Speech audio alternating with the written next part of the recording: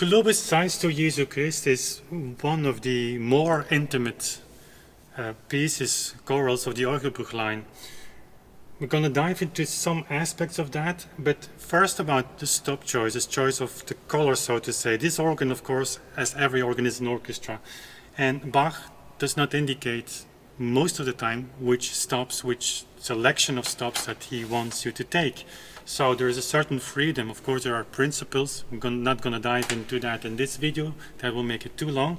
But on this organ, you can have at least a dozen possibilities to play this piece. What I did is I chose the melody on the Bovenweg. Bach wants that melody to be played on a separate manual, two manuals and pedal, he marks. And so I choose for Gedacht-Eid, then Roodfluite 4 adds an octave on top of that, a little bit of color with the Quintadena, and then the Nazar adds a fifth on top of that. And to really emphasize, so to say, also this intimate character of the piece, I added a tremulant. That's a device that makes the wind fluctuate so that you get the vibration of the sound.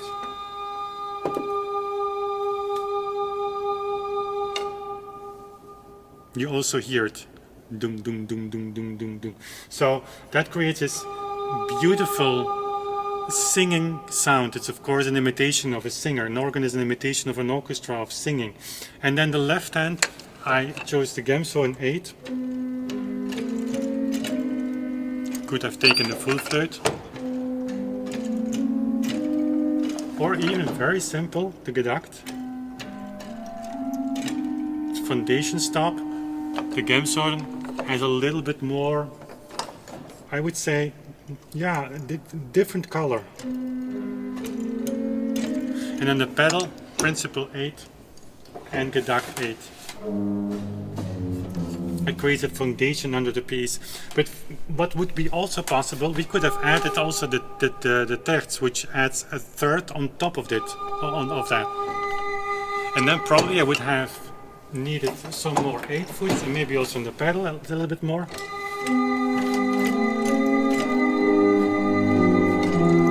So the difference with what I had.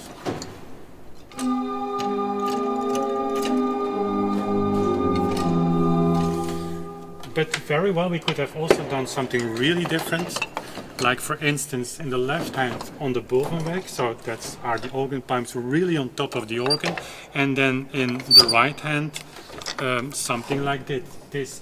We make the pedal a little softer with the subas, we take the principal, so a very like a violent stop, so to say, and then we have a completely different piece, maybe a little bit more static in sound.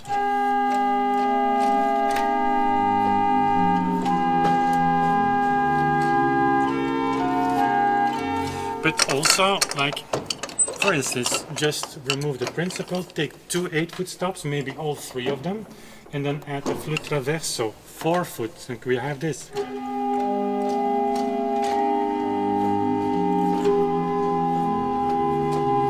We could remove the Quintadene and add the Roodfluite, like add it's a little bit more neutral sound then. And then we might want to have the Spitzflöte 4 instead of the Traversflöte. So the possibilities are really endless. Let's go back to the situation that I had during the recording, which was, if I'm not mistaken, this. Like that. With the tremulant. So this is a very intimate piece, and obviously the subject of the choral Globus Sanctus Jesu Christ is already giving into that. But of course Bach could have interpreted that melody or that text in, I would say, in many different ways. But he chose here a pattern that at least I feel is very intimate. And there are several layers here. You have first the melody, which is in a way very static. We add the tremulant, and this gives a little flavor of, yeah, like, it takes away a little bit of this static feeling. Long notes, not so many ornaments, very simple.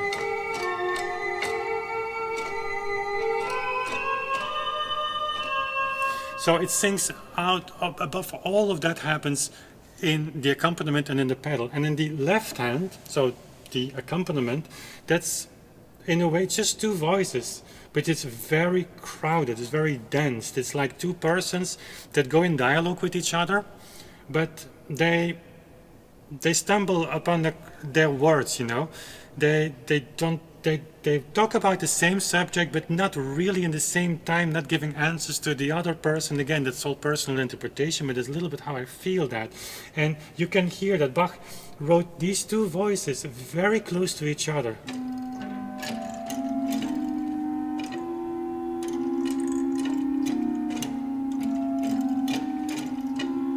So here, the second voice starts with the C of the, they go up and they push each other to the G.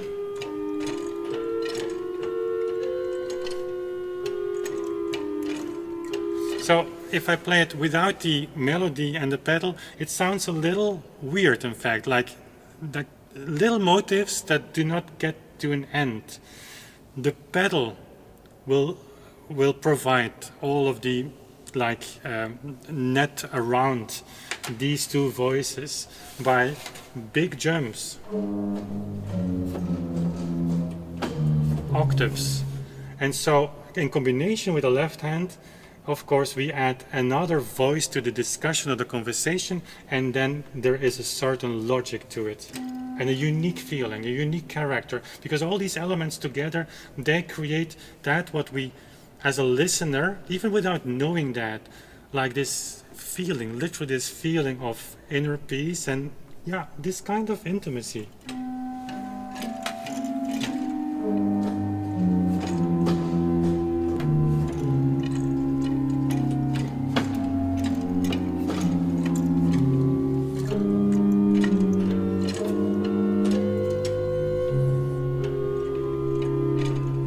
So these three voices together are of course thought together. And then on top of this, which is already a piece in itself, you get this melody. And the melody leads everything here. Again, it's a very sober, ornamented melody. It's just a choral melody, but by having this contrast between this kind of static, slow melody and this very dense micro atmosphere of the other voices, you have, of course, Bach creates this room for the melody to shine. And it's what he wants. And the effect is really fabulous.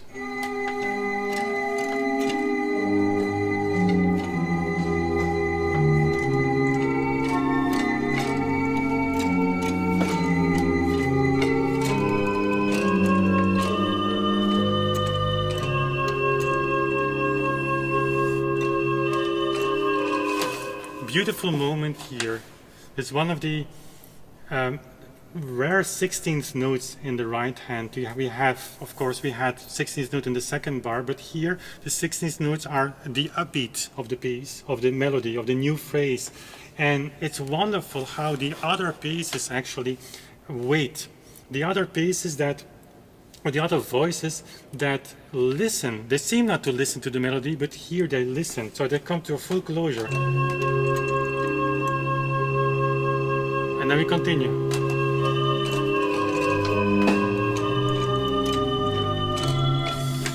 On top of that, when you look at the motives, so the motive patterns that Bach uses, so these octaves jumps, these interwoven melodies, these syncopations sometimes, it feels almost like you hold the baby in your arm. Here.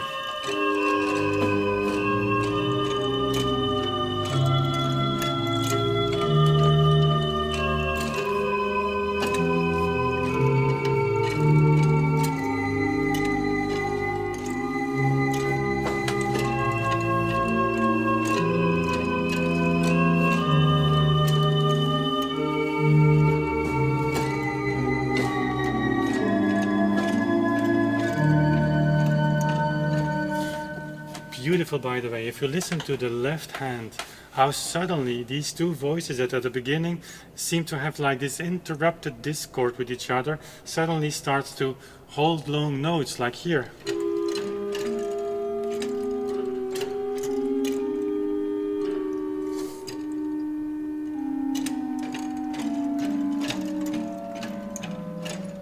everything starts to make more and more sense. Of course, that's very symbolic, seeing the topic.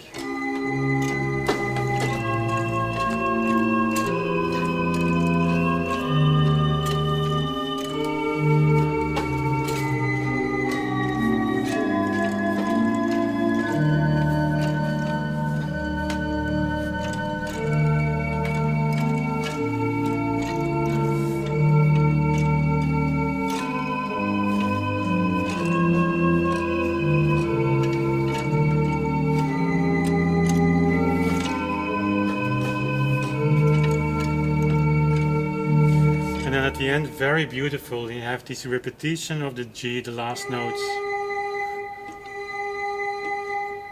It's like an affirmation of the fact that God is to be among mankind. And it's in a way very emotional, this last two bars, because the left hand and the pedal seem not to have understood that the piece comes to an end. But it's this repetition of the G that make them realize, okay, everything is okay. And we come to a closure, of course, in full harmony, literally.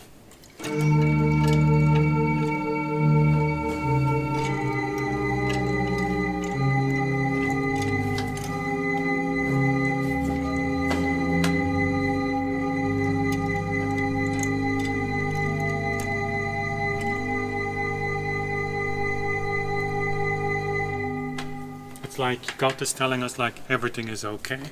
It's unbelievable how Bach manages to have in just one page is so much layers of emotion, information, narratives, storylines, contrasts, harmony, conflict, discussion, just in one page of music.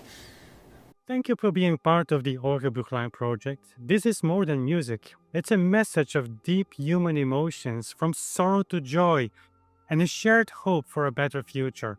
At the Contius Foundation, we believe everyone deserves a peaceful home, and we think that music has the unique power to unite people in harmony.